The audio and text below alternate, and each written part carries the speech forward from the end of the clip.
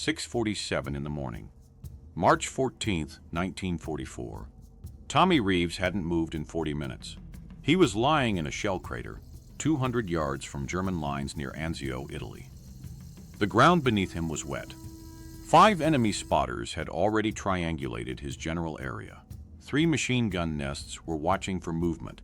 He had no rifle, no backup, no authorization to be there at all.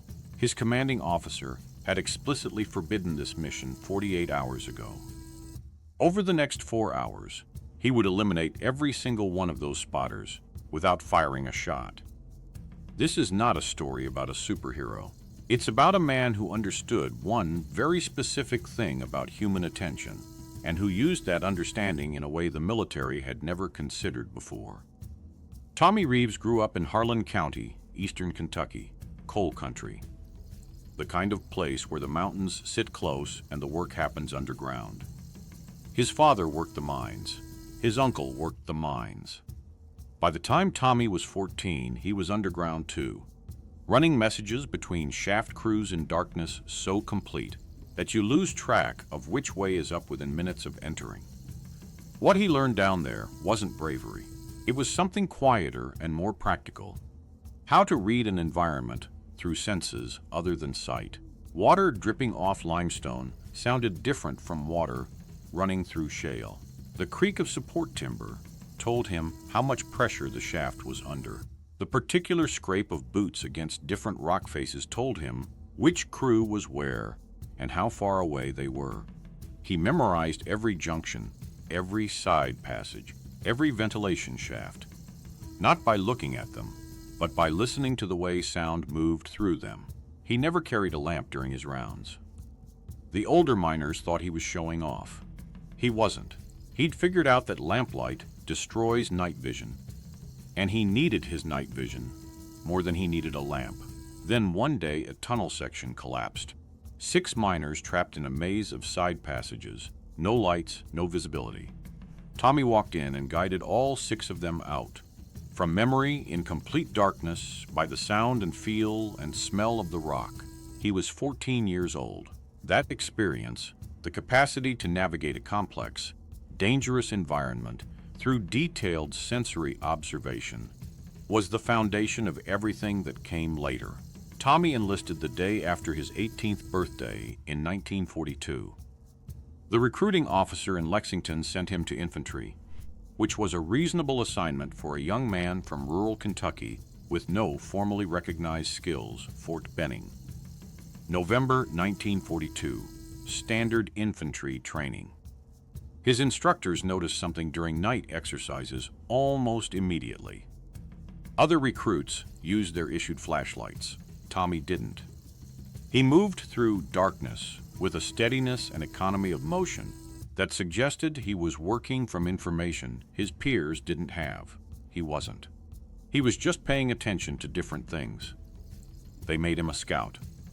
By January 1944, he was in Italy with the 3rd Infantry Division, part of the Anzio beachhead, which was supposed to break the German defensive line. It didn't. Instead, 36 found Allied troops found themselves pinned on a coastal strip 6 miles deep, surrounded by German artillery in the Alban Hills.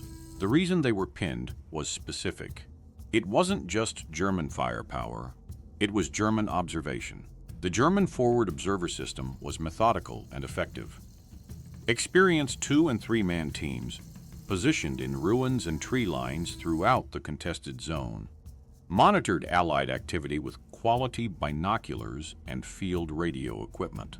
When they spotted movement, a unit shifting position, a supply vehicle moving, soldiers crossing open ground, they transmitted coordinates to artillery batteries in the hills. 90 seconds later, the shells arrived. The precision was not accidental. It was the product of trained observation and reliable communication. Allied units that tried to advance frequently found themselves under accurate fired fire before they had crossed 50 yards of open ground. The observers relocated constantly, which made sustained counter-battery fire difficult. Airstrikes were too imprecise. Sniper teams that tried to engage the observers found themselves outmaneuvered. Take one shot, neutralize one observer, and the second observer immediately transmits the sniper's position. Tommy watched this system operate.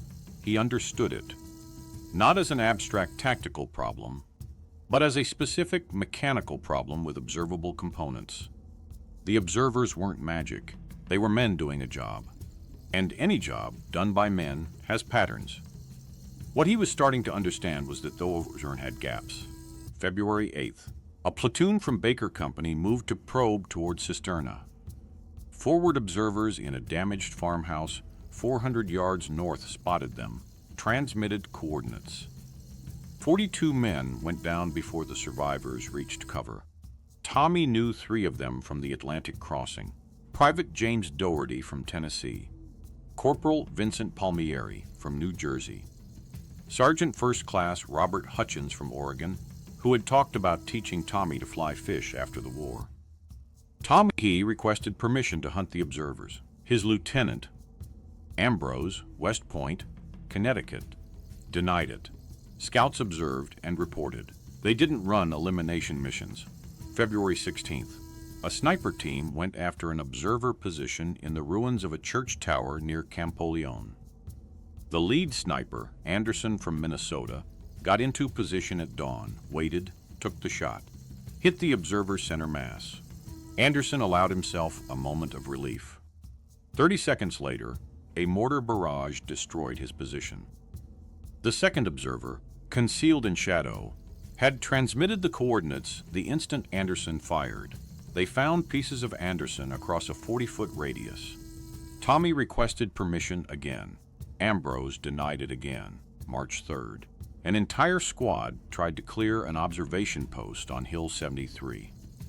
3 interconnected observer positions coordinated their fire calls with such precision that 7 men died in 4 minutes.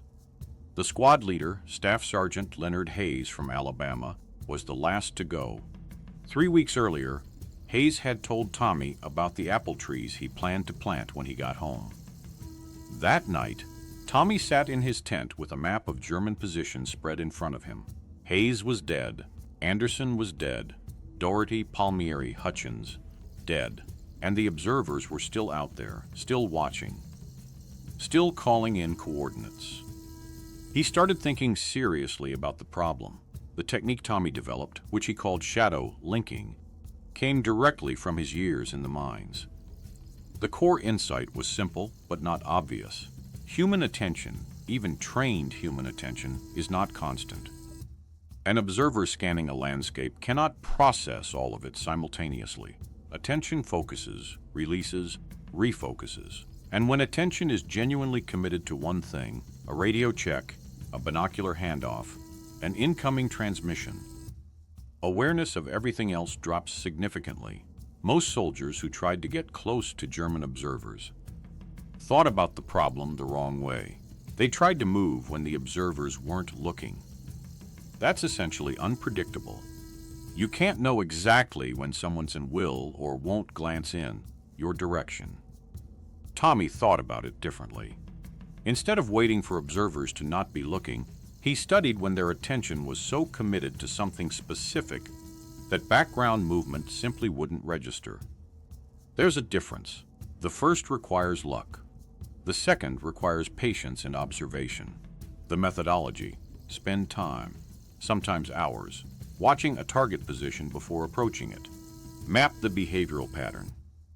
The frequency of sector sweeps, the timing of radio checks, the moments when both observers were simultaneously occupied with the same task. The small, predictable gaps that appeared at the same points in every rotation cycle. Then move in those gaps. Not fast, not dramatically, just steadily, timed precisely to the window of reduced attention. He'd tested it on 4 patrols, each time getting within 100 yards of positions that were supposed to be impenetrable. Once he got close enough to hear a machine gun crew complaining about the cold. On his last test, he reached 30 feet from an active observer team, stayed long enough to confirm the position, and withdrew without being detected. He wrote a formal report explaining the methodology and handed it to Lieutenant Ambrose. Ambrose read it twice. Then he called Tommy into his tent. "This is insane," Ambrose said. "You're describing stalking techniques, not reconnaissance.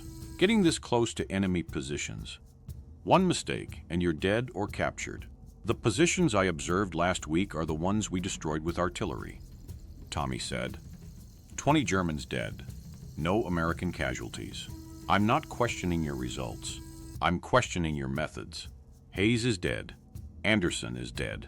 We can't stop the observers with the tactics we have. Ambrose set the report down. "Sergeant, I'm making this clear. You are forbidden from attempting this technique. That is a direct order. You will not close within 100 yards of enemy positions under any circumstances." Understood? Tommy understood. 2 days later, before dawn on March 14th, he packed his trench knife, 2 canteens, and a marked map, and walked out of camp alone. The collapsed barn was 300 yards northwest of Allied lines. Tommy had been watching it for a week. 2 observers, a 14-minute rotation cycle. At the midpoint of the handoff, when both men were focused on transferring the binoculars and logging the changeover, there was a window of approximately 6 seconds when neither was actively scanning. He approached through a drainage ditch, 3 inches of standing water that smelled like sewage. He timed his movement to coincide with their radio checks, when static and frequency adjustment occupied both observers' attention. 200 yards took 90 minutes. At 7:53 a.m., he was 20 feet from the barn's collapsed wall. He could hear them talking. One was complaining about the coffee ration. The other was describing a girl in Munich. At 8:07 a.m., the radio crackled with an incoming transmission. Both men turned to the equipment. Tommy moved. 20 feet in 4 seconds. Through the gap in the wall, low and fast. The first observer turned his head at the last moment. His mouth opened. Tommy's knife cut the sound off before it could form. The second observer reached for his rifle. Tommy drove the knife forward a second time. 8 seconds. No shots, no transmission. He dragged both bodies into the barn cellar, smashed the radio, marked the position on his map, and moved to the next target. The second position, 3 observers in an olive grove, 600 yards east, required 2 hours of observation before Tommy was confident he understood their rotation pattern well enough to move. He used the wind through the olive branches as sound cover, timing his movement to the gusts the same way he'd timed footsteps to the creak of timber in the mines. All 3 were neutralized in sequence without an alarm being raised. The third position was the hardest, Hill 73, the same place where Hayes had died. The pillbox had clear sight lines in every direction. 400 yards of open ground, minimal cover, no drainage ditch, no trees. Tommy waited. At 1:47 p.m., one observer put down his binoculars and began eating. The second observer continued scanning. But now he was trying to cover twice the area in the same time. His sweeps got faster. Faster sweeps are less thorough sweeps. The eyes moved quickly across a sector rather than studying it. Tommy crawled, elbows and knees, face in the dirt. It took most of 2 hours. He entered the pillbox from the east side, through a collapsed section of wall, and completed the work in silence. Positions 4 and 5 required waiting for dark. They were in direct sight line of each other, which meant approach to either in daylight would be visible from the other. Tommy waited. At the 4th position, he used the observer's own habits against them. They smoked. When a cigarette ember brightens, the smoker is inhaling. Eyes closing for a fraction of a second, night vision momentarily compromised by the glow. Tommy moved during those micro-intervals, those predictable moments of self-inflicted blindness. Before leaving the 4th position, he used their intact radio to transmit a few seconds of random static, then went silent. At position 5, the observers heard their sister position send an anomalous, unexplained transmission.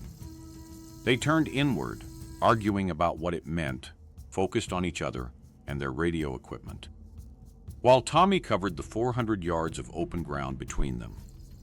He came through the tent flap at 8:47 p.m., 5 positions, 12 observers, 0 rounds fired. He walked back to Allied lines in 3 hours, moving slowly, running on instinct rather than planning. At 11:53 p.m., he crossed the perimeter wire and was nearly shot by a sentry who took a moment to recognize his face. Lieutenant Ambrose was awake in his tent. Tommy set down his pack, laid the marked map on the table, and gave his report. 5 positions, 12 observers, 5 radios destroyed, all marked. No Allied casualties. Ambrose looked at the map for a long time. Then he looked at the blood on Tommy's uniform. You used the shadow link technique. Yes, sir, after I explicitly ordered you not to. Yes, sir. You understand this is insubordination. This is a court-martial offense. Tommy met his eyes. Hayes is still dead. So are Anderson, Doherty, Palmieri, Hutchins. I couldn't bring them back. But I could stop more from dying the same way. Ambrose said nothing for a moment. He looked at the map again. You're confined to camp pending investigation. I'm reporting this up the chain. Tommy nodded. He expected prison. He went to his tent and slept. At 6:15 a.m. on March 15th, German artillery opened its standard dawn barrage. The shells fell randomly. No coordination. No bracketing. No walking fire adjusted onto targets.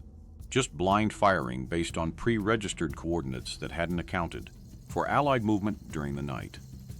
An Allied company probed toward Hill 73 without drawing a single adjusted round. They reached the pillbox and found Tommy's work inside. By noon, word had spread through the division.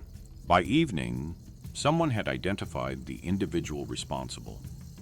By the time Tommy was escorted to division headquarters, the story had already moved through the ranks in the way that significant events always do. Colonel John Sherman, Division Intelligence Officer, was studying Tommy's map when he entered. German artillery effectiveness has dropped 63% in the past 24 hours, Sherman said. Do you understand what that number means operationally? Tommy didn't respond. It means we can move. It means we can resupply. It means the tactical situation at Anzio just changed. Sherman set the map down. It also means we have a problem. We can't court-martial the man who just did this. The effect on morale would be significant, but we can't formally reward deliberate insubordination either. He leaned back. So here is what we're going to do. You're going to teach your technique, not to individual scouts. To a specialized unit we're assembling. Men who can do what you did, get close, eliminate observers, destroy communication equipment, withdraw without trace. We're calling it deep reconnaissance. You'll train them and lead them. The court-martial proceedings will be initiated and immediately suspended, pending your service with a new unit. A pause. Consider it probation with extreme prejudice. Tommy said he understood the terms. The training program took 6 weeks. Captain Williams, a former OSS operative, assembled 12 men, scouts, snipers, and 1 individual from Brooklyn who had been offered the choice between military, service, and prosecution for burglary. That last one, Marcus Toiver, turned out to have a natural aptitude for this kind of work that none of the formally trained soldiers could match. Tommy's central teaching was consistent. Shadow linking is not about speed. It's about timing. You don't force the gap. You identify it, wait for it, and move when it opens. If you try to rush it, you die. By week 4, the team was succeeding 80% of the time against mock positions. On April 23rd, they ran their first operational mission. 4 observer positions in the ruins of Cisterna, coordinating the artillery fire that was blocking the Allied breakout from Anzio. The team split into 4 pairs. By 4:47 a.m., all 4 positions were gone. The Allied offensive launched at dawn into artillery firing blind. The Anzio breakout succeeded. By May, Tommy was training 30 men. By June, the program had been extended across the entire 5th Army. German intelligence reports from the summer 1944 describe a pattern of observer positions being eliminated.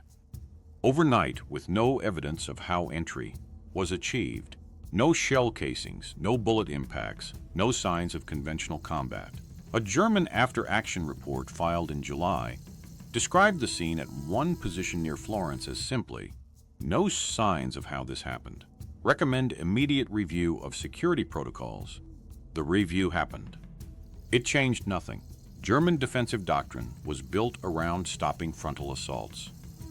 It had no framework for what Tommy's teams were doing.